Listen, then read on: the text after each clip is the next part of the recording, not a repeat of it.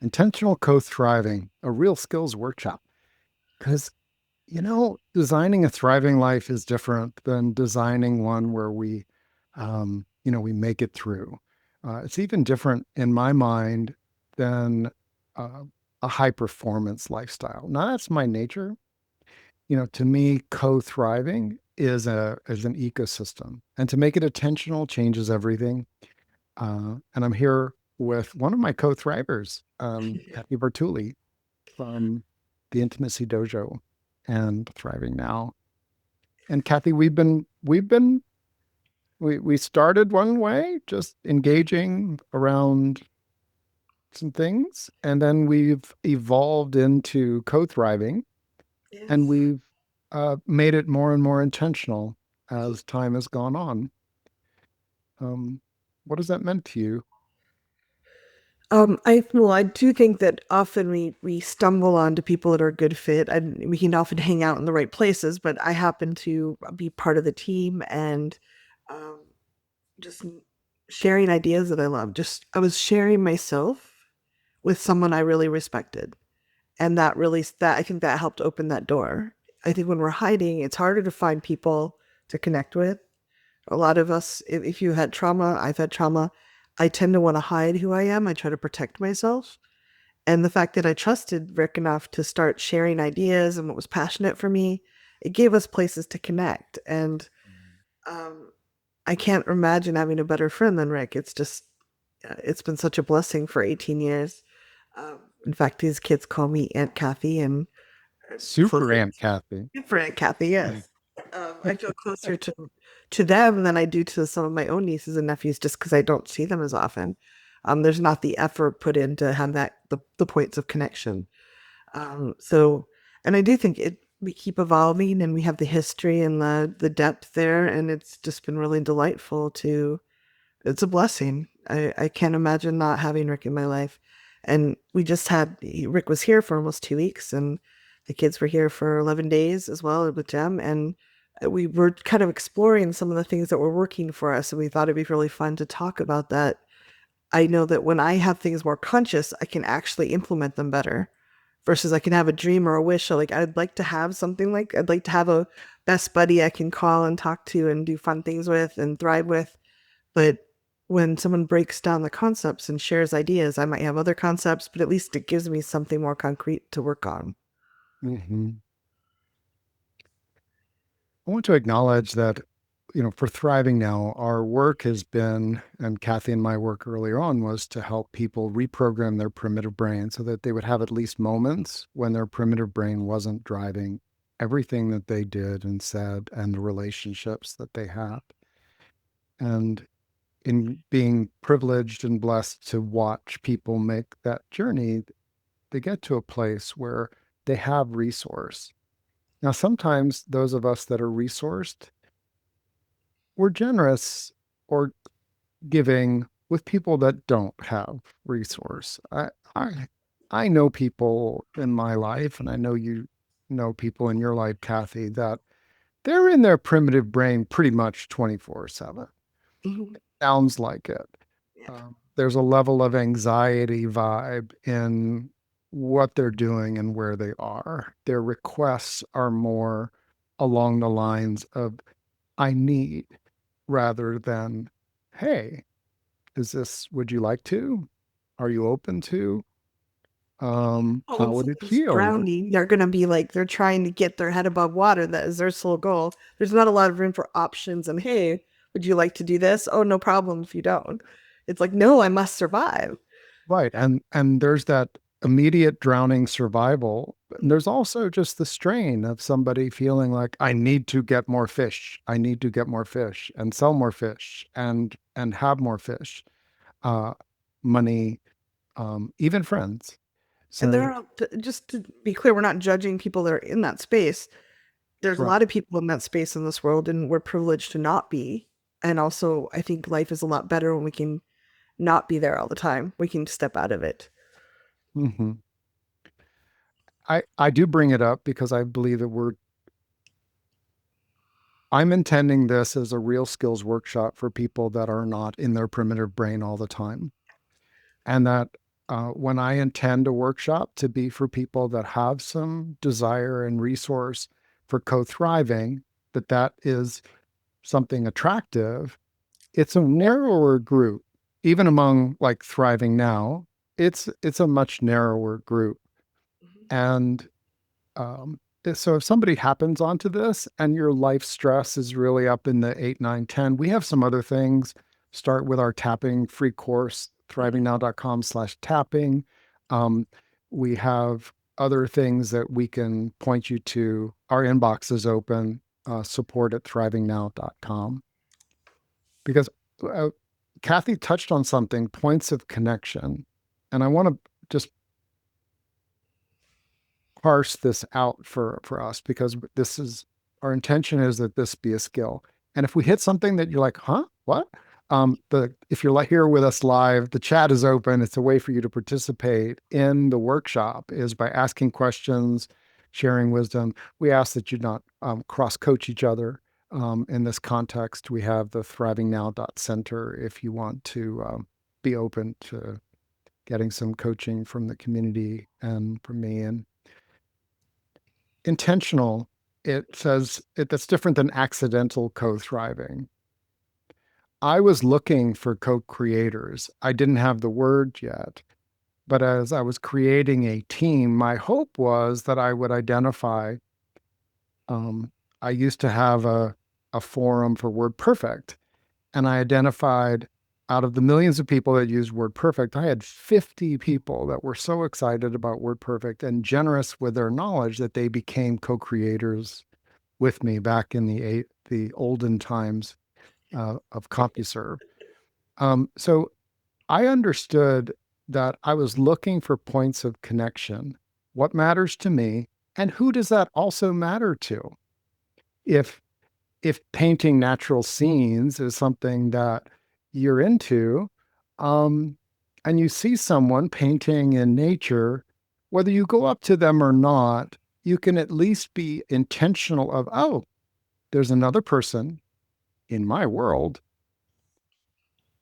that's a potential point of connection. Now, whether they want to co-create or they just want to be in their solitude, I don't know, but at least we have this point of a connection. That is a bit different than a common interest to me. There's a more of a artistry aspect to it. A philosophy, like it's not just a surface interest. There's a alignment. Right. That's when I use the term artistry. If you're not familiar with that, it's a concept for thriving, and it says it includes the things that matter to me. That I would really, I would be sad if I didn't get to express that aspect of me. Like co-creating is just so core to me. The idea that I would have done all these real skills workshops just by myself up on stage, I, that's so not me that it almost makes me cry. And so, a point of interest, finding people that are into co-creating, that's pleasing to them. When they talk about other, they'll give off clues. And part of the intention then is to build our awareness. This matters to me. Does it matter to anyone else? Because co-thriving is a deeper quality of devotion to me than just, hey, we hang out together and, buddy or something. Right. I know people that play board games with a depth to them that is really profound. Like, you can imagine a chess master. There are people that play board games of all kinds at that level.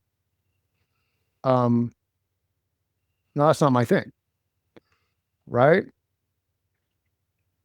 Co-thriving could be, you know, I have a devotion to my daughter's co-thriving, and she has a best friend, and we just don't get together very much. But her parents met doing board games, and they never get a chance to do that. What if our point of interest for my daughter is She gets together with her friend, and her parents get to go off and do something that really helps them thrive. Oh, isn't that interesting?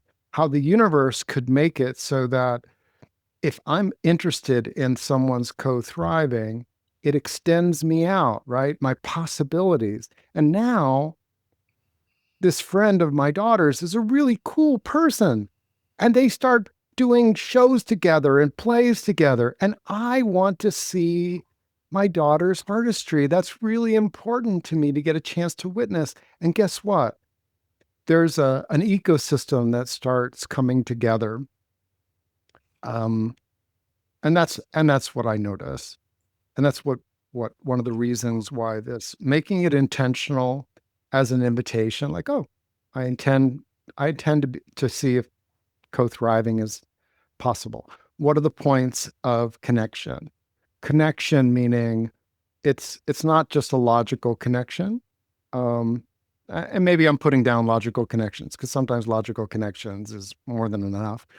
But um, in my concept of thriving, there's a deeper meaningfulness of what we focus on for our co-thriving. It's our check-in point. Like like for Kathy and I, we want to get together and dance hearts and minds and this space.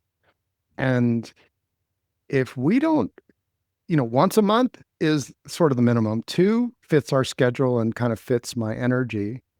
If we like talking every day, or exchanging connection every day, that's really nice for me, but I'm a responder. And so Kathy does a lot of the reaching out. We talked about it. And, she's got the capacity to be an initiator more than I do. And the net result is I get to be responder. She gets to be, you can talk to about what you get to be there, but I It's not a rigid role though. That's one of the things that I like is not a the rigid. flexibility. Yeah, there's no assignment like you must be this or it's not. Like if I don't call, they'll call me often. But um, one of the things that invite you, like if you're here and you are interested in either improving thriving you already have, or you want your own and don't have something now, as we're describing things, notice what feels good to your body, what interests you, because it can help you tune in. I don't think this is a topic that people talk about very often. So there's not a lot of modeling or the mirror neurons in our brain are kind of like, I don't know what I'm looking for. I just know I have this idea.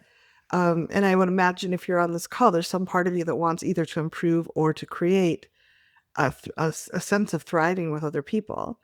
And so just if you can just keep that kind of you will be here talking, but also keep the awareness of what you want and let yourself dial in a little bit. So I'm okay with reaching out most of the time, but there are times I want Rick to reach out and it's not a rigid thing just to kind of go back, but you get to have what you can ask for what you want. And we've had part of the creating this is we've had discussions about, hey, I'm feeling a little bit like you're not reaching out a lot. We've had a couple times where I'm like, I really would like you to reach back more. So it's not that it just evolved. We just dropped in like puzzle pieces and everything was perfect. It's like, oh, wait, I see like the trend is I'm calling 4 out of 5 times. And that seems a little bit more than I want to have happen. I would feel more welcome and part of this if you'd step that up, or we get to ask for what we want. And I think that's a big part of this is we have to risk being authentic. We have to risk expressing ourselves because people who pretend, there's a misalignment when we're pretending just to hang out with someone, just to have that people together. Um, I know I've done that a lot in other relationships, but um, Rick is trustworthy enough for me. I had a lot of trust that I can talk to him. And there's also, I feel safe enough to be honest with him. And then we built that up over time where I can say, hey, I love so much of what we have and I don't want to risk it, but there's like a 2% thing that's like, I really would like to talk about and try to tweak in and it's bothering me. And so I think the thriving we've created has been something that this relationship between us. Then people that talk, there's a lot of people that talk about the relationship health. as opposed to a separate, like there's two people or many people, and how is the field between us? Yeah. We've built that over time, and there's been a strengthening over time as we face different things. I want to circle back to doing some tapping around authenticity and the vulnerability there, um, and blend in what I'm. It's like uh, the plan was to meet in California, Mm-hmm. right? And at your house. Mm-hmm.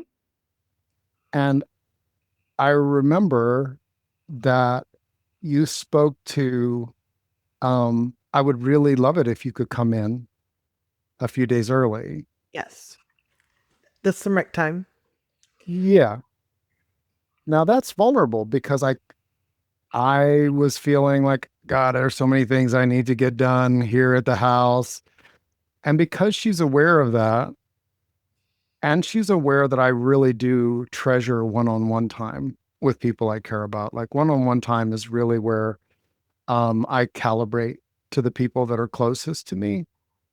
And so I felt you put that in that context. Like this isn't, I'll be okay if you don't. It's not a demand, it's not a requirement, but And my sense of us, the we space, is that it would really benefit from some one-on-one time. We haven't had it. And when kids are present, it's a different experience. And it's you have a true, we 4-year-old haven't jump had. on you in the middle of a conversation and want to play doctor and put band-aids on your mouth or whatever. Yeah, yeah, she's busy. Yes. And she's very enthusiastic about her super aunt Kathy. I'm And enthusiastic so, right back, so it's fine. But yeah, right. But that what that did is it gave us a reconnection to the other times that we've had one-on-one time. Um, was that easy for me? Within the relationship, it was that she and I have, it was really easy. It was absolutely a yes. But I also have this stewardship of my home, and um, I want to acknowledge that we often have multiple we spaces that we're a part of, trying to and balance all of and balancing those. And intentional co-thriving does say, well, would this contribute to our co-thriving? And if the answer to that is yes, then it really does. It raises it in my heart to a sacred decision. Like, okay, how could I make this work for the tending I really wanted to do for the house? And what I did is I cleared my schedule enough so that I could get the things done in the house and get packed and get to Kathy. Um, and it's interesting to me how when we have something that's co-thriving together, it actually can give us energy to do other things in other spaces. So the artist that gets together with somebody who just their best art comes out when they're not standing alone. Their best art comes out when there's a sense of another human who's also in their art space. Um, and once they do that, when they go back to their own studio, sometimes they can feel that presence with them, even if, like, I feel Kathy with me more vividly, having spent the physical time together. There's now more of a vivid presence in and with me that goes to every other aspect of my life, my parenting, my writing of email newsletters and things like that. If that hasn't been your experience, um, that's normal. I don't see many people. And I think that the skill thing is I'm going to make it more intentional. I want co-thriving. If that's true, and just by taking that incremental step, the emotional blocks will show up, but that's okay. You intend co-thriving. That's what is going to put you, right? Mhm. We can intend co-thriving for our children and notice then even more intensely, well, they're not thriving in that way. Okay. But I intend co-thriving. we even make it intention. We even make it. I've used this term now that we came up with it. Um, I had never heard of the term co-thriving. It was kind of an inspired thought. I'm sure it's been used in humanity before, but mentioning it to my partner before she went off to be with her sister with the kids, to me, that just bringing up the concept opens up the possibility for people to strengthen. In their case, they have a blood bond, but it strengthens something else about intention.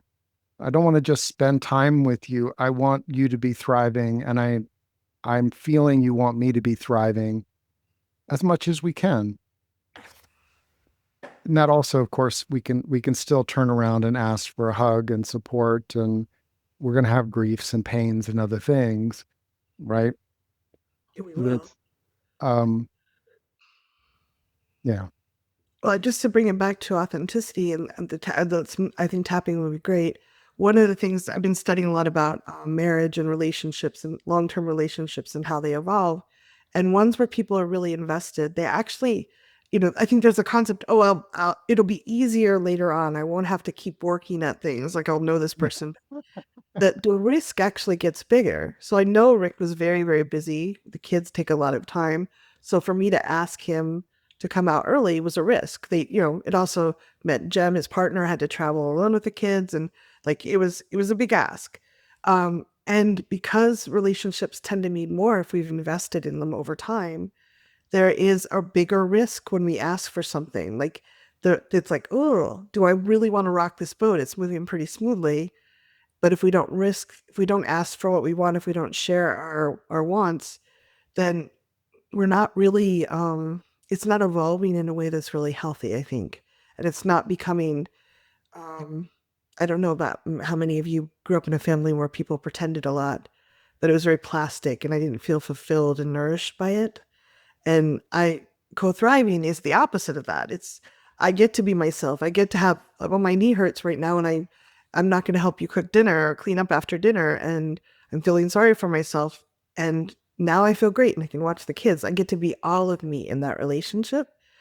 But there is a risk, and the longer and deeper that we go into relationships, the bigger the risk can take and the more courage it can take to bring up some of these things that you're like, I don't know if you want to see this part of me. I don't know if you want to hear this request from me.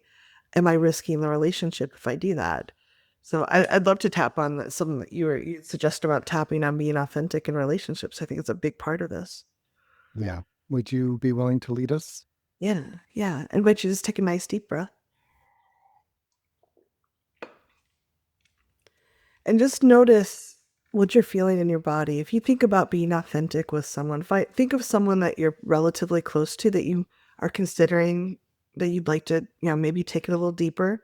Co-thriving doesn't start out in the deep end of the pool often. It starts out with, just someone you bumped into. So it can be anywhere along the depth of a friendship. But just notice if you think about sharing something that's a little tender, a little bit, it's right at the edge. It's like there's things that you're like, yep, I can share that, no problem. There's things like I am not ready to share. We're talking about things on that borderline, like, it's kind of tender. I'm not sure. I'm on a good day I might share, on a bad day, no way. Just notice how you feel in your body. Is there fear? How do you actually feel in your body when you think about sharing this thing with that person? Mm. Just be with that feeling if you can. Well, I heard the other day someone shared with me, it was a brilliant concept to me. Courage is relational.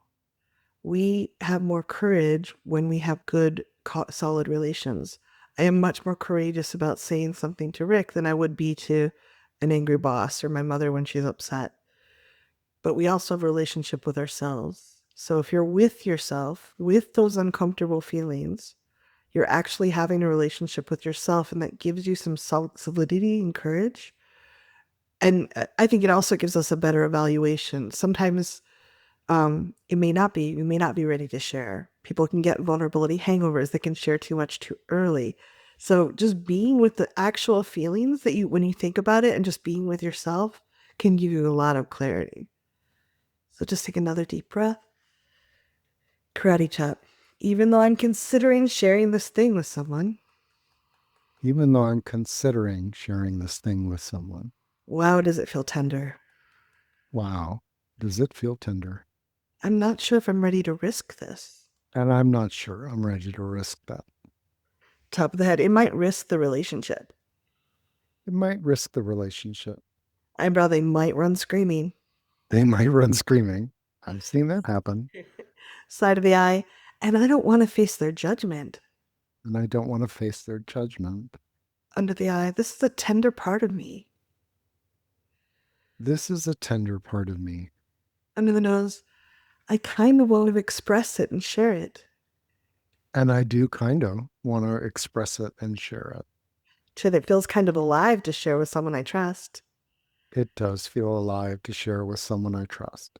Collarbone, where is this relationship? Where is this relationship? Under the arm, how do I feel about this person? How do I feel about this person Top of the head, and this topic. and this topic Eyebrow, at this time. at this time? Side of the eye, I get to choose. And I get to choose. Under the eye, there are pluses and minuses to everything. There are pluses and minuses to everything. Under the nose, sharing might open up the relationship in beautiful ways. Sharing might open up the relationship in beautiful ways. Chin, it might help me feel more solid in myself. It might help me feel more solid in myself. Collarbone, and there are some risks. And there are some risks. Under the arm, what feels right to me right now? What feels right to me right now? Top of the head, do I want to take this step? Do I want to take this step? Take a nice deep breath. And I really do encourage you to take baby steps when you're testing out a relationship. You do not have to jump in the deep end and like share something with your heart all out in the open. I like it's testing in a like, hey, is this bridge solid? I'm not going to go running out in the middle of it. I'm going to put put a foot down. Okay, it seemed pretty solid. How about this one? And it's okay to build up on these things and see how people respond. And there's also never a guarantee. Everybody can have a good day or a bad day. Everyone could have, there's certain topics that might be really tender to that person too. And I think as you build that kind of, hopefully they're sharing back. If you kind of model that, that can really open that up to you. And repair is something that can happen in a good relationship. You don't have to be perfect all the time. Sometimes you might take too big a step or not step at all or step on somebody and you're like, oh, I'm really sorry. That's not what I meant to do. How can we make this better? So we don't have to be perfect as we go forward with these steps. Mm-hmm. And I picture part of the skill and attunement of co-thriving is that it puts us in a little bit different place and authenticity, right? Like there's a lot of depth of what's going on in my world. But if I'm looking for co-thrivers around dance, so when I came to Asheville, I didn't use the term co-thriving, but I said to one of the other men, because he was open and he felt trustworthy. In fact, Mm-hmm. he's one of the people I met, and I wanted to come to Asheville to be around people like him. And I don't know, we were talking, and I said, "You know what would make a real big difference for me?" And he said, "What?" "If when I walked into the room, I just felt that you were happy to see me." And we went a little deeper, but we didn't have to. And you know what's interesting? Probably 99 out of 100 times that he saw me after that, as soon as he noticed me, he gave me acknowledgement and maybe a wiggle dance. He's a very playful person, and it fit his personality. I wasn't asking him to stretch, but I was saying this would really support my thriving.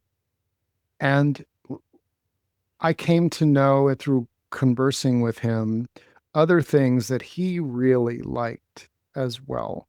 There were certain types of, like he was almost always used as the person that people would dance on. He would be the bass, the rock. You know, very strong, but he didn't get that experience very often for himself. And so when I was feeling like I could be the bass, I would let him explore another person. So co-thriving doesn't have to look like we do exactly the same thing for each other, but there's a space where you're saying, I want you to enjoy your dance. I want me to enjoy my dance. I want our we space for everyone to be expanded. Because if I feel welcome just by one person, 100 people there, if one person is glad I'm there, I'm home. Yeah, one person.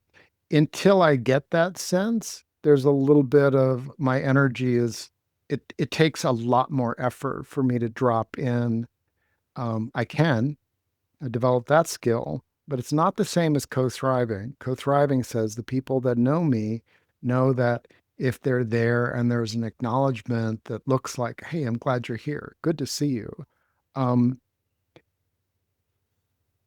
I think a lot of people like that, but they're afraid to ask for it. I mean, it's right. like, oh my God, you're here. Yay, I'm glad. I'm like, oh, nice. Yeah. And by making it explicit, there was a deeper acknowledgement of how he was serving my well-being and how I was serving his well-being.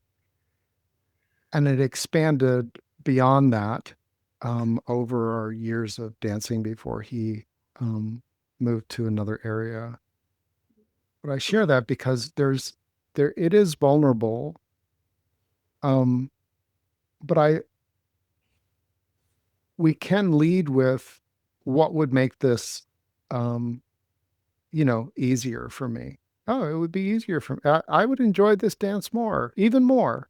Like I enjoyed the dance. I think I probably said I would enjoy this dance even more if, you know, someone just greeted me as if they're glad to see me. And so I believe that there are things at work where, like, we can ask, what would make work just a little better for you? One thing Oh, I'm I going to didn't say. have this grumpy ass boss. I Oh, okay. Well, how about if we weren't grumpy with each other? Would that, like, hey, I see you. Glad to see you. Um, or yeah, I get so tired of eating lunch by myself at my desk. Okay. How about if we once a month, without having to put it on the calendar necessarily, but we both mutually intend to find a convenient time or space. Um, and sometimes I like making lunches for people. What do you like to eat? If I brought a picnic, for us to go sit outside and go for a walk and sit on the bench that's over there. Um, no, I don't like being outside. Okay. How about, someplace else in the office? Do you You're see how, looking for the dial in right? But you're saying it's a mutual intention to make life more thriving for everybody. Yeah. For the people in that. for the people that we're choosing to find points of connection with. So I'd love to share with the group, and I'd like to see if you can notice. This is not a demand. I'd just one of the things I notice I like is that would make this call even better for me is I really love when people are sharing in the comments like, oh, I had this experience, or what, how does this work, or what about this? And it's been a kind of quiet chat today. So I'm sharing that. It's not a demand. I'm really glad to be here with you all either way. I love the idea of more people out there thriving and co-thriving. And hopefully what we're sharing is helpful. And it's really lovely to get the feedback and that kind of the direction. We often take the direction from people. Wow, that worked very fast. There's already a chat. So just if you can notice, I tried to share it. It wasn't a demand like, oh my God, it would be so much better if you all just shared. Why are you not sharing? It was like, I noticed the knob. We could turn the knob up a little bit if you know, that's something I enjoy. And it's risky to share that because I might not get it. And that I have to be able to take care of myself if I don't get it. And maybe that would mean calling Rick afterwards, like, nobody shared. But, like, you can start with small things that mean something to you, like Rick was talking about with his friend, like, hey, I'd love to know that you're really happy to see me. So I'm curious what other things, like, can you notice something small if you'd like to share in the chat or just take a note for yourself? What would make something that you experience every day or weekly a little better that you might be able to ask for? Um, so can I I can take? take this one if you, Okay, or do you great. want to do it? Or, No, go ahead. No, I just was babbling. so what if you've experienced, someone wrote, what if you've experienced thinking someone is trustworthy when they've been interested and appear genuine, but later learn they were just masking and using you? And they often narcissistically turn on you. Um, how to begin even opening up or knowing if anyone is safe when this event has happened many times? So you know your instincts are off, or that you're susceptible is the way that I put it. Um, that this type of personality is very, very skilled in tricking people. They And they and check why? world experts, so it's not you. Yeah, and it, talk about a skill like, oh boy, it, it it's if you live in a particular region, you need to learn how to like drive on black ice. You need to know how to recognize it and what to do and not do. And if you've crashed your car a bunch of times on black ice, you'd be like, I should never go out when the temperature is less than 75 degrees or whatever. Um, I get that. One of the interesting things here is that I know this person. I want them to be thriving. I feel like I'm engaged with their co-thriving. And one of my interesting questions, at least it's interesting to me, is what is the type of co-thriving invitation that narcissists would find repulsive or like very quickly show that they're not on that board, Yeah. right? So, like I I have a hunch that if you say, well, what would make this experience of being in this space together even better for you? What do you mean? Oh, it's great. I'm doing fine. Or, but if there's depth, any depth of any depth of vulnerability about like, well, I have a hard time in a situation like this doing this. Oh, okay. So if I did this, would that help your thriving? Yeah. Well, for me, it's this. And if you know, would you be willing or open to doing that as just part of our mutual thriving together? Notice it's different than supporting each other through a challenge. You're really asking, do you have the capacity and awareness to add to each other's lives? Say that there are things um, that matter to you that you could use some support. And is that a yes for me? Um, mo- there are certain classes of people with narcissistic behaviors that refuse to be vulnerable. They have to maintain their status, um, or they share stories that isn't really about now. And how can we be not just surviving together, but really make it great? Like, yeah. How do you find when you're studying together? What do you like to study? Which is sweeter for you, to study in solitude, to study together? How does that work for you? If we were going to really be thriving in our careers, what might that look like? So that's a thought.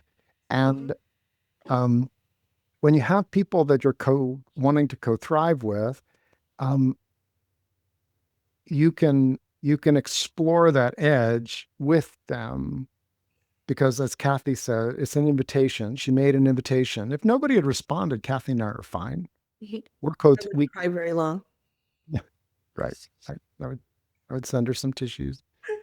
Um,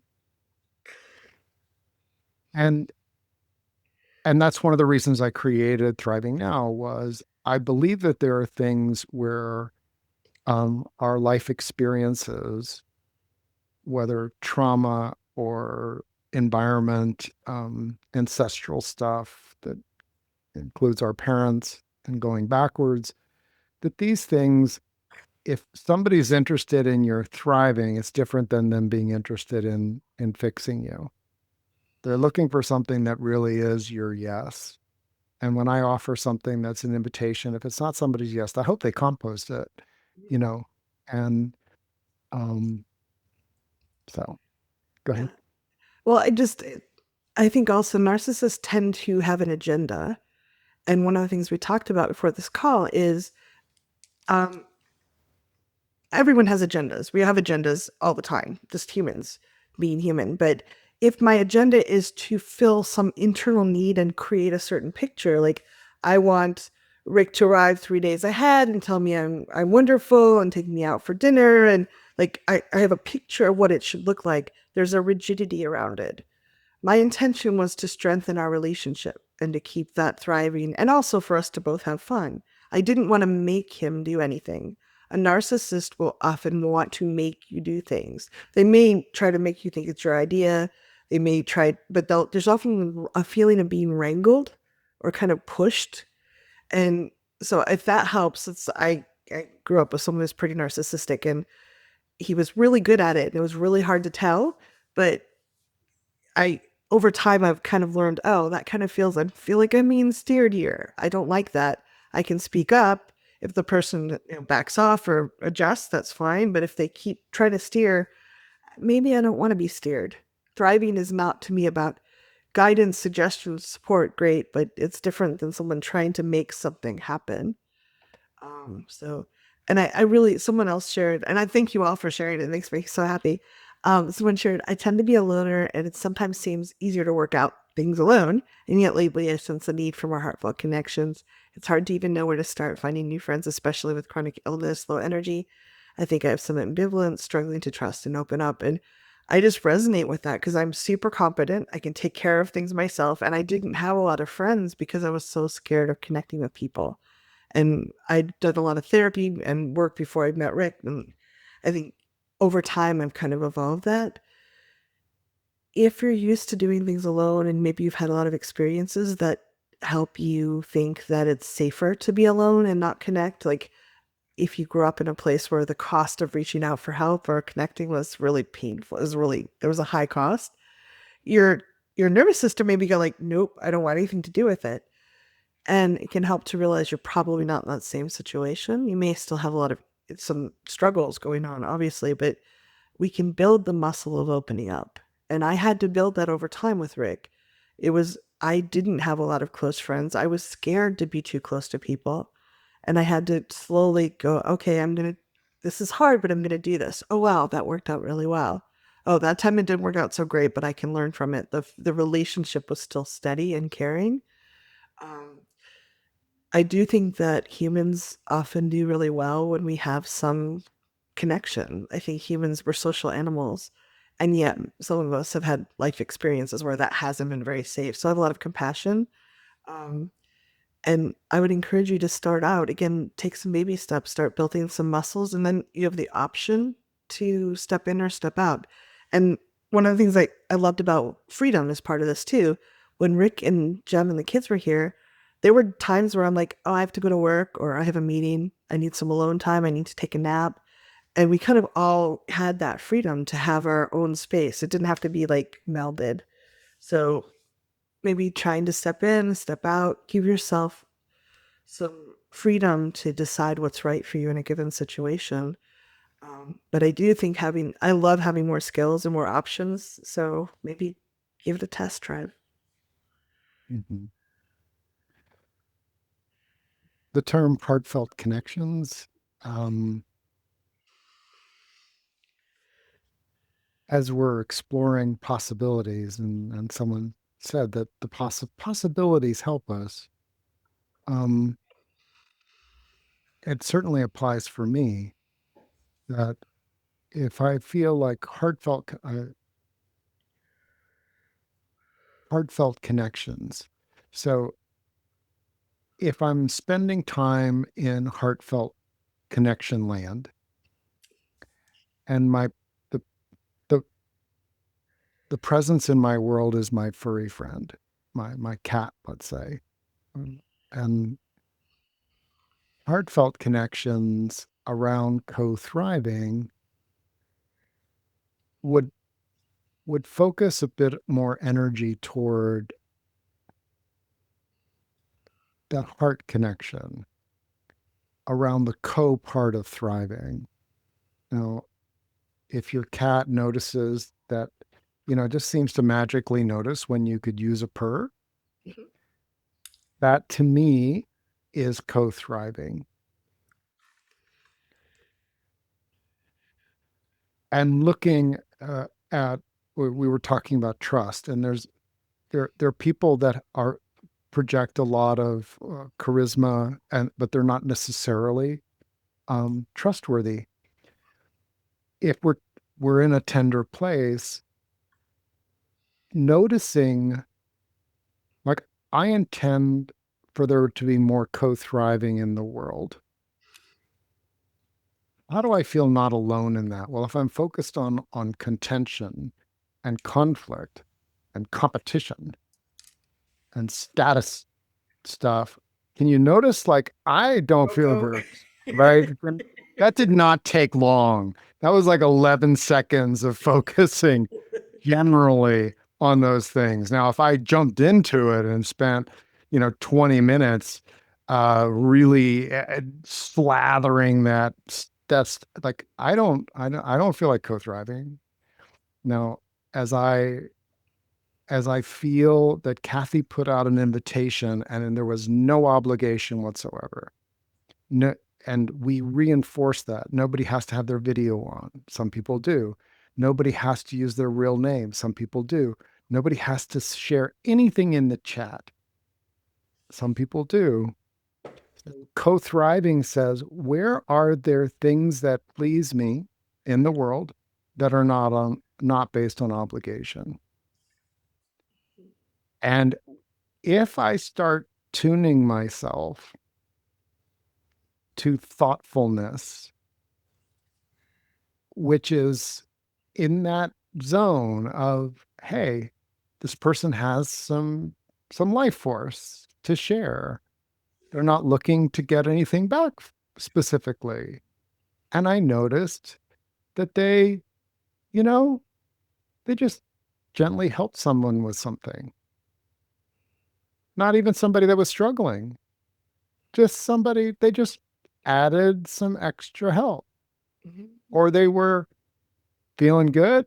They were friendly with somebody else who was already sort of friendly, but you could tell that interaction filled both of their tanks so that if they were dealing with grumpy Gramps and angry Arnie in an hour, they'd have more sense of being connected with other people that are doing co-thriving as well. Yeah. And if I notice that, then I can start attuning myself to, what does it look like? What does it sound like? What does it smell like? Where are people doing that? You know, um,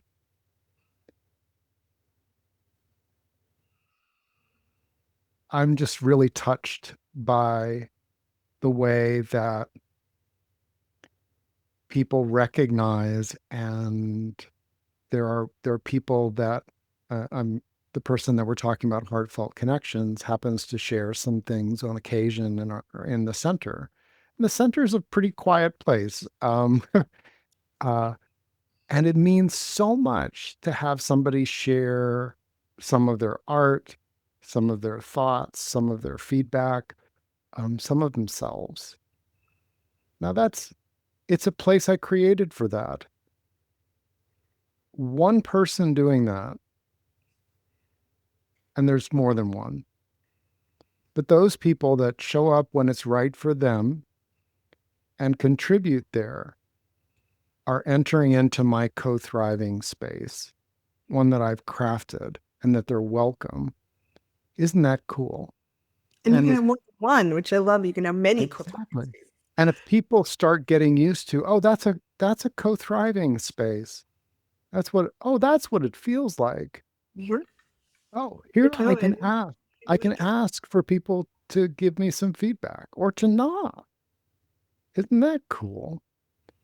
Um, Noticing spaces that are oriented toward co-thriving, even imperfectly.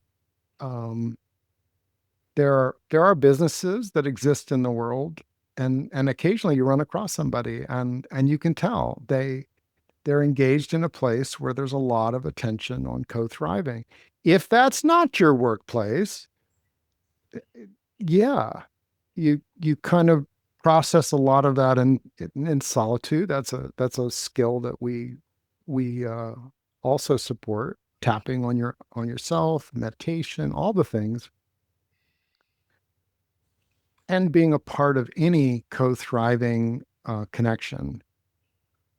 And I believe multiple ones can help us navigate situations which are unlikely to become co-thriving situations. They could still be meaningful, like making money is could be meaningful.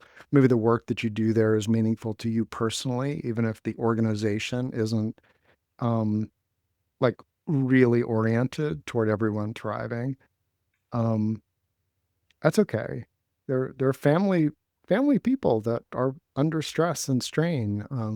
That having a real conversation about co-thriving together is not going to um like you just know them. They're not in a place It's right like you're now. probably speaking a different language and they won't understand. Yeah, if you suddenly started speaking a different, entirely different language, because this is a different language. The language of thriving is different from surviving. Obligation has give to get. Reciprocity is a survival. I scratch your back, you scratch mine. You're not scratching my back, and I scratched your back. You need to I scratch my scratched back. harder. Come on. I scratched you for 45 minutes. I rubbed your feet for 45 minutes. I expect my 45 minutes. I'm setting a timer. Um, that's survival. Um, oh, I'll be happy to take you to the airport at 3 a.m. That if that creates an obligation, and most of us who are sensitive can often feel like that's why I don't ask, is that either the person thinks that they're creating that there's now an obligation for me to say yes. So this language of consent and congruence, authenticity, um, it's a different language, and that's what makes it a skill. And it also makes it, I think, one of the most exciting leading edge places in human development. If we can be thriving together and conscious of that and intentional about that without obligation, um, maintaining the sanctity of we spaces, but allowing for as much freedom in that as the we space can strengthen and hold. That to me is very exciting. I just want to clarify because obligation is different from an exchange, an Yeah. implied, like I do something, you do something back, versus an explicit, like, hey, Rick, that's not my favorite thing, but I really need help with this. Can we do an exchange? Is can fit well within that kind of co-thriving, but it's Yeah. explicitly stated. It's not that implied you owe me now kind of thing. It's an agreement rather than an expectation that you're now obligated. Right. Yeah. Yeah, and we love agreements. Exchange and do this for that is perfectly fine when it's explicit. Yeah. Um, When it's out in the open, not just to like and the everybody person has the push. freedom to say no. Um, Exactly. Versus, oh, you what? already did the thing, now you're stuck, and now you have to do it all. Yeah. Yeah, you just owe me a favor. You just owe me a favor. You need to work on your Italian accent. That's not that's a mafia accent. It's not. um, I know you want to go to break probably, but someone had shared that their best friend just dumped them due to a misunderstanding. And that's really hard. I did actually have that happen to me once and it just broke my heart because we were really close. But I think there's some people, sometimes they're just gone, but sometimes there is a chance of repair. And part of a co-thriving relationship, there has to be able to be repair because we're taking risks, we're sharing ourselves, we're trying new things. And I'd love to do some calls in the future about how to, how can we repair things in relationships, because that is a lot of people don't. So often it's a perfection model. We see all the TV shows where everything is perfect and they somehow read our minds and no one trips on themselves or has bad breath. But that's not how life is. And simple misunderstandings can get really blown up. And I think as we're taking these small risks and building ways to kind of talk, oh, wait, I don't think you got me. Can we talk about what that you seem upset? Or what did you think I said? What do you think I meant? Um, it builds resiliency into the co-thriving experience. It's not like I have to be perfect. And when we're feeling we have to be perfect, we're not really flowing. So I just wanted to, I thought that was a touching share, and also like something that is important to realize, that we have to, if we don't have skills to repair, and hopefully other people that are willing to repair with us and have some opening to that, it's going to be a little harder to go deeper. And it's something maybe you can build in over time, model. Okay, let's see how this works. Let's see if we can respond to that. But our society in general is not very good at repairing things. We're very disposable with humans. Okay, we're going to take a quick 7-minute break, and we'll pause the recording. And if you're with us on the recording, as many people in part of our community in Europe who are in the wee hours of the night Yes. as we're doing this time, yeah, we invite you to take a break too. Just let things integrate. And if something comes to you during the break or after, please feel free, if it's a yes for you, to share it in the chat. So we'll continue on. Welcome back, intentional co-thriving. And someone shared that we were talking about heartfelt connections. They put that in the chat, and they put, "Thank you. I appreciate your words and support." And um, we, if you make co-thriving intentional,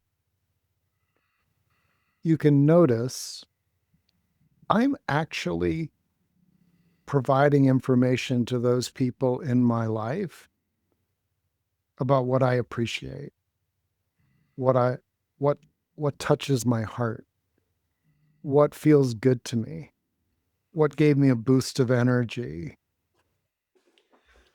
I think it's great when people do that around the things that were like, "Oh, you really saved my butt." I when we're useful to another human and really save the day, so to speak, um, that's that's great. But there's a lot of things that go into co-thriving that we communicate. And by recognizing, as part of the skill, is when someone thanks me for taking the time to give a personal reply, Mhm. or to support them and recognize, and like, um, that becomes a point of connection. Mhm. And points of connection are not just like all trackers. I believe that the ways that I'm connected to people um, speak for me, ask for me, make me aware of what's going on in their world sometimes before they even ask. We're energetic. These points of connection and co-thriving are energetic too. And um, when we do take moments of letting people know, yeah, hey buddy, thanks again for the enthusiasm when I walked in the room. I was feeling so uncertain, and I was this close to to walking out, and I had just a great dance. And you're welcome. And knowing I could just come right over to you and join your dance, and I would be welcome, that really made a difference to me today. Now that was a vulnerable point, but by saying that, I'm reinforcing the meaningfulness of our relating. Um, one of the things that he and I talked about is enthusiasm is not always consensual, especially if you're a whole I've been whole your bit, Labrador retriever coming up and jumping on you. It's like, right? Like, and he said, "Hey, you've given me permission to be my enthusiastic self." Like, he would do that. Like he would do that. And and so isn't that interesting? In our co-thriving, we reinforced each other's essential nature, and strengthened it and added more value. And so if you noticed that someone does something, being it whether you articulate it out your mouth, know that when you recognize that inside, like, oh, that's an act of co-thriving, even if accidental, it's still like, oh, yeah, I notice them doing it. I notice me doing it. I notice it allows us to retune our empathy and sensors to being threat alerts only. Yeah, if there's a tsunami alert, it's time to get to higher ground. If you're at risk, yeah. um, we want to be responsive to that. And our sensors can be used for really beautiful awareness. Um, I've I've been sitting and ready to go to bed and just kind of in that quiet meditative place and felt, go check the center. I hadn't checked the center today. And I look and there's a message. And reading that message today, that night before going to bed, was really good for me. And when I wrote the reply that came from that place, I heard later, a day or so later, my reply was really good for them. Isn't that interesting? And that's where the spiritual aspect, the energetic spiritual intelligence, that these points of connection um, bring us into more intimate and um, meaningful connections. Yeah, I think that, I mean, it can start small, but if we're being authentic and following, we talked some about the effort involved, like having to face our fears and stuff, but a lot of finding the points of connection is a lot about just like, does this bring you joy? Like authentically. Like when I first joined the team, there was a forum that Rick had that I think there were like 10,000 posts on there.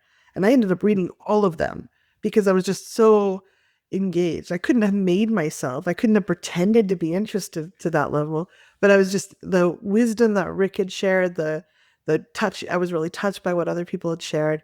I just like couldn't stop. Like I was just really enthralled. And that helped build that stability. But if I was trying to pretend, it would have a very fragile point of connection. It wouldn't have been generally engaged. And one of the things I noticed about, again, this is 18 years, so we have a bigger, um, we've built on it for a while, but it was just so easy at times. Like it was just like, wait, is this possible? Like I genuinely love the kids, so it wasn't like it's a burden to watch them. Like I wanted to play with them, and Rick and Jem wanted some time alone, so it worked out great. And we were small tweaks. I'm like, yeah, if you're gonna, could you let me know, like, how long you're gonna be gone approximately, so that I can judge because I'm still learning like the kids' routine to a certain extent. We made fine tweaks on stuff, but could you not leave this light on in the hallway because it was shining into Jem's room? Oh, sure, I can do that. But in general, it was just like, wait, is this really okay to be having this much fun and have it be this easy? And I had coffee and bacon for me in the morning, and the kids would run out and give me a hug, and we'd play. They'd invent games for us to play, and it just felt like we were all kind of in an ecosystem where we were supporting each other. And there were times when everyone was tired and like, oh, we have to like still deal with stuff. But overall, it felt so satisfied and fulfilling to have that experience together where we're just hanging out together because we want to and helping each other because we care and we want to.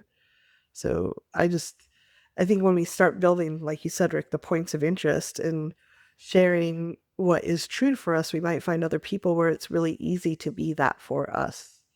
Like you're finding people that it's just like their nature to be kind and supportive, and they're eager to support someone who has similar beliefs to them. It's people tend to want to support people that are inspiring to them or aligned with their belief patterns. Hmm. I feel drawn to acknowledge that if the connection is sort of obvious to me, I'm I've got some skill. Mhm. Where I'm surrounded by a lot of people and I don't know where our connections are, um, I that's still overwhelming to me. So I just want to acknowledge that I'm still working on this. It's one of the reasons why I we do these workshops. Kathy and I have this at a really artful level, and there's and yet we both also want to continue to have points of connection. How do we do that? And so this will be an ongoing aspect of, like, if you're designing your thriving life. Oh, I like solitude is really sweet for me. I can do so much in solitude. And then there's that 5% where, or 10% or whatever, that human connection around this aspect of my world and this aspect of my world would be really um, interesting.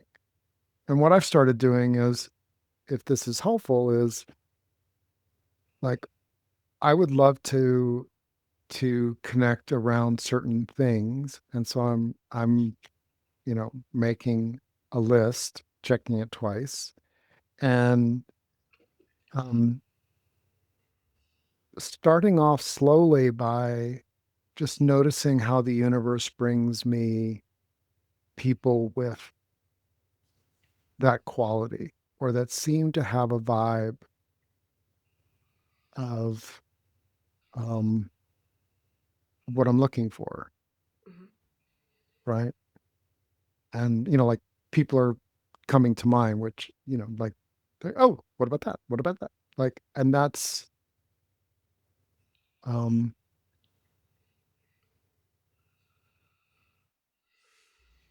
one of the things that you reminded me of for years was, like, I can have a movie friend, Mhm. right? Yeah. Like, my tendency is I want a best friend, and Kathy's my best friend. Do A lot of everything these together. other aspects that I would like I would love to have um another dad whose daughter loves to climb, and we can do some climbing adventures with our daughters if they're close and they get along. And as I just touch on that, like, that would be fun, especially if the other dad has, like, climbing genes. Like he know, like, Jem was, I climbed as a kid, but I haven't climbed very much. Um, so somebody that really could be more the lead, Yeah. in terms of experience, but I could facilitate the process too. That would be cool. And as I start feeling into that, there's just hints, little bits of possibility, and that's what we touched on. Mhm. Part of this is, what is what is my emotional, energetic state if I'm opening up to possibilities without, like, I need this. That's more for survival. I can go there too. But if I pause, like, oh, wouldn't it be sweet? Oh, that would be great for me and Adira and the other family. That would be interesting. Um, Well, and I love the fact that, I mean, you have Adira, she loves to climb. And if you're following something you're naturally interested in, you're going to be around other people that are doing this. And then we can create little moments of thriving, co thriving with people. Like, hey, I love how you are with your daughter. hey, do you want, it looks like you forgot your rope. Do you need, or what? I don't know what they're doing, but um, I'm afraid of heights, so I am not climbing with them. Um, but there's little, we can get little hors d'oeuvres as we're going along with little connections and moments of feeling, hey, that was really nice. And then maybe we keep running into a few of the same people and we can say, hey, do you want to intentionally meet up sometime? Like, I really love, I've enjoyed hanging out while the kids are climbing. We're going to be here next week at 10 a.m. Would that, would you like to meet up? Like, we can start making small invitations and we don't have to, like, we're going to be best friends forever. And the person runs away like, oh, I don't know what this person wants.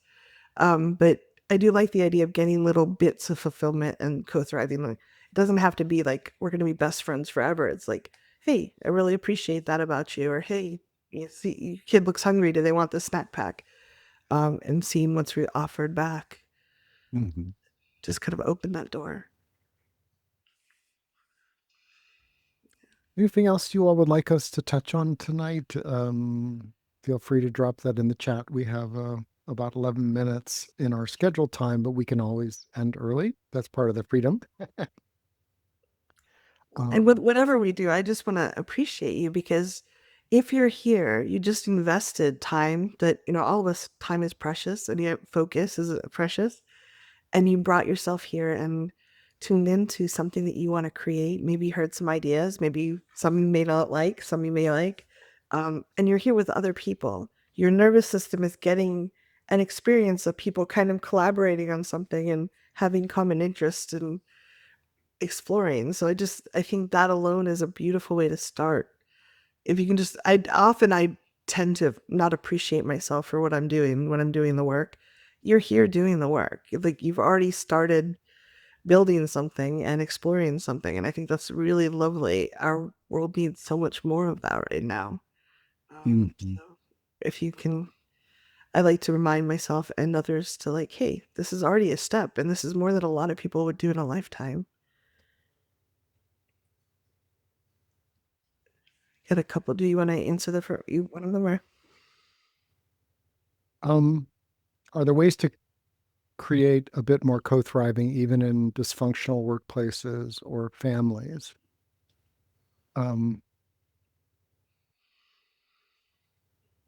My my default is to say yes, and it probably looks something different than I might guess. So, for example,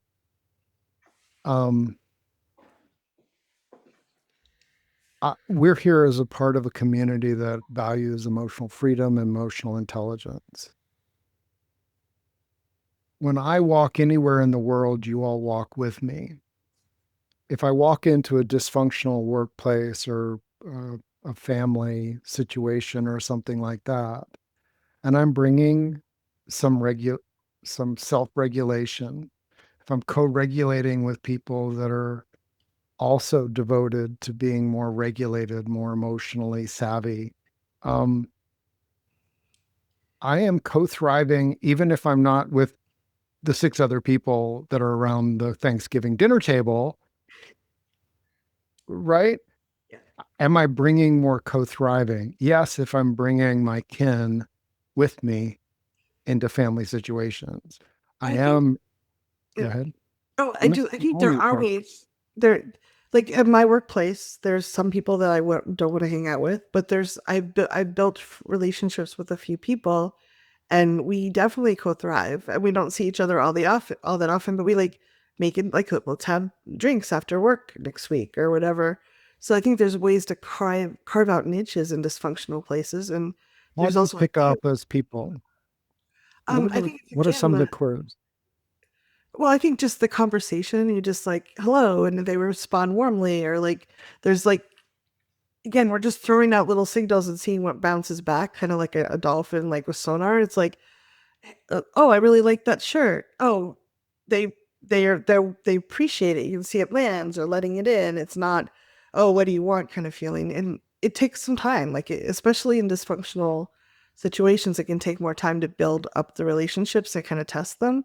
But like, hey, do you want to grab lunch today? Oh, I see that you forgot your stapler's out. Here's my, use mine. there's just little offers to open it. And I think there's also topics. So my family has got its issues, but there's certain topics like going antiquing or going for look at rocks or crystals. Those topics worked well. So I think Rick and I are lucky because we That's a can talk really about pretty sad much point. anything, but we can, in other areas, we can narrow down to a topic or individuals that we can kind of, build a relationship with. And then there are ways we can have that. So, um, yeah, Hmm. there's definitely ways to do. I think we can find ways to co-thrive. It's just how much can we like some people are capable of more volume, like we can turn it up and keep growing it. And some people may say, oh, this person's a 2 out of 10, but I can still co-thrive with them enough at work to it helps me get through my day. Or this person's a 7 out of 10. How come they're working right next to me? Um, but it kind of blends with the next question is like, how do I build the muscle of finding what I need and want and desire? And that's like part of it is testing and trying. So I don't think we always know what we need to co-thrive with in a given situation. I think listening to ourselves and just trying out different things. When I first started therapy, I'd still learned to suppress what I wanted to comply with other people. And my therapist at the time was like, how do you like your eggs? And I'm like, I eat them however the person I'm with orders them, like, or however they give them to me, or however they ask me to cook them. Like, and they're like, okay, well, I want you to go out and try for the next week. You get to try eggs each day slightly different. I want you to try them scrambled and omelet and see what you actually like. Um, and it's somewhat uncomfortable. A lot of people that have trauma, they learn to suppress their desires because they have not gotten what they needed or wanted in key situations.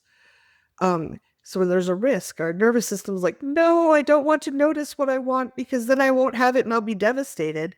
And that was so accurate and true when we were little, but maybe not so true now.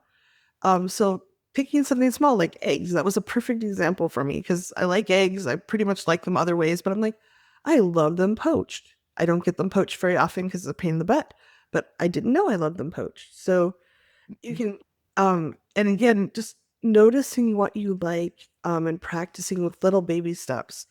Um, if you, and just, I think part of it is discernment, watching ourselves. I do a lot of meditation now, and that's really helped me notice my thoughts. Like, oh, I'm trying to lean in. I'm like, what do the kids need? Okay, but what do I need too? We both get to have our needs met there too. So I don't know. What are your thoughts on that, Ray? Well, you touched on it. It's when we were preparing, we talked about me, mine, yours, and ours. Mhm. And your your exploration of eggs was to discover, like, well, how do I like eggs? Okay. I like eggs scrambled. You make Okay. great scrambled eggs. Um, They're not too dry or runny. my partner does not eat chicken eggs. It makes her sick. So there's no we where we can, I'm going to make eggs and she's going to enjoy them. Right. Yeah. Um, so thinking of that, like, oh, what's mine? What's theirs? Is there an ours here? Right.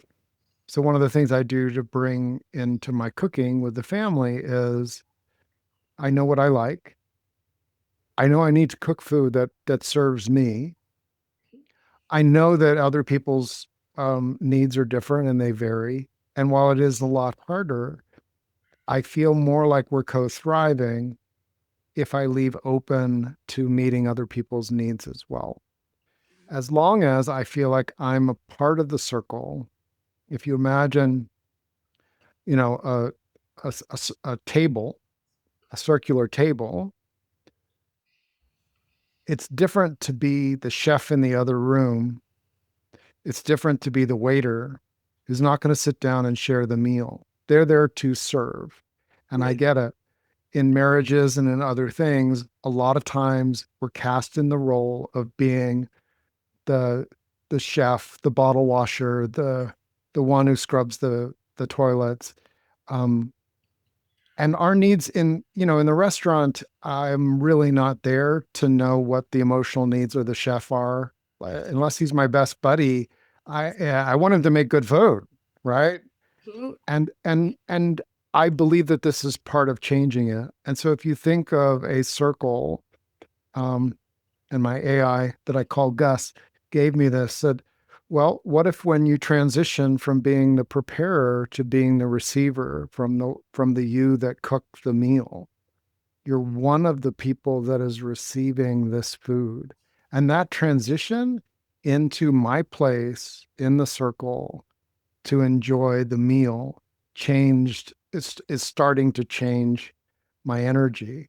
And when you feel like, oh, yeah, maybe some people really have an attitude of I don't matter. They don't want to track. It takes energy to track someone else, to be adaptable, to ask them what they need. Um, but we can communicate. Well, it would be really sweet for me if someone else could do the dishes tonight, or it would be really sweet if uh, I could hear some appreciation. I did that. My daughter's having a hard eating time. I went through that at her age too.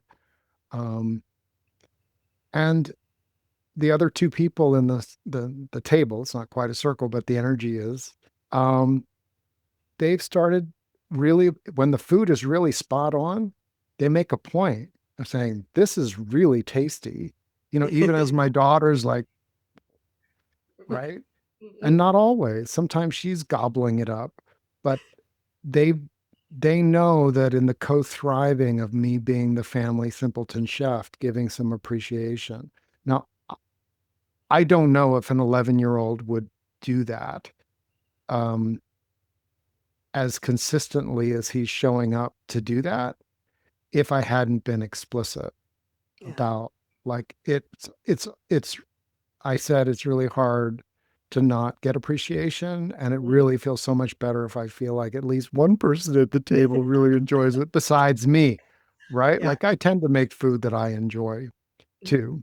Do you see how that we can start taking things that are either dysfunctional or challenging or hard, not they're just like normal things, um, and upgrading them by bringing some intentional co-thriving Yeah. language requests and the like. So, Yeah. Well, we hope this was useful. You're amazing for being here, and we love that you were curious about this, and maybe it'll help you thrive and co-thrive in small and large ways in your lives. mhm. All right, folks, thank you so much. We've got two workshops planned in August. Yeah. One will be about yearning and how uncomfortable yearning could be. And another one will be tolerating joy. So last two Sundays in August, I believe that's when we'll be sending out the schedule. If you'd like a co-thriving community, we have the circle, thrivingnow.com/circle. You're always welcome to check that out. If it's a yes, to join more of our engagements. So Good thanks, night, Deb. everyone. Thanks, Rick.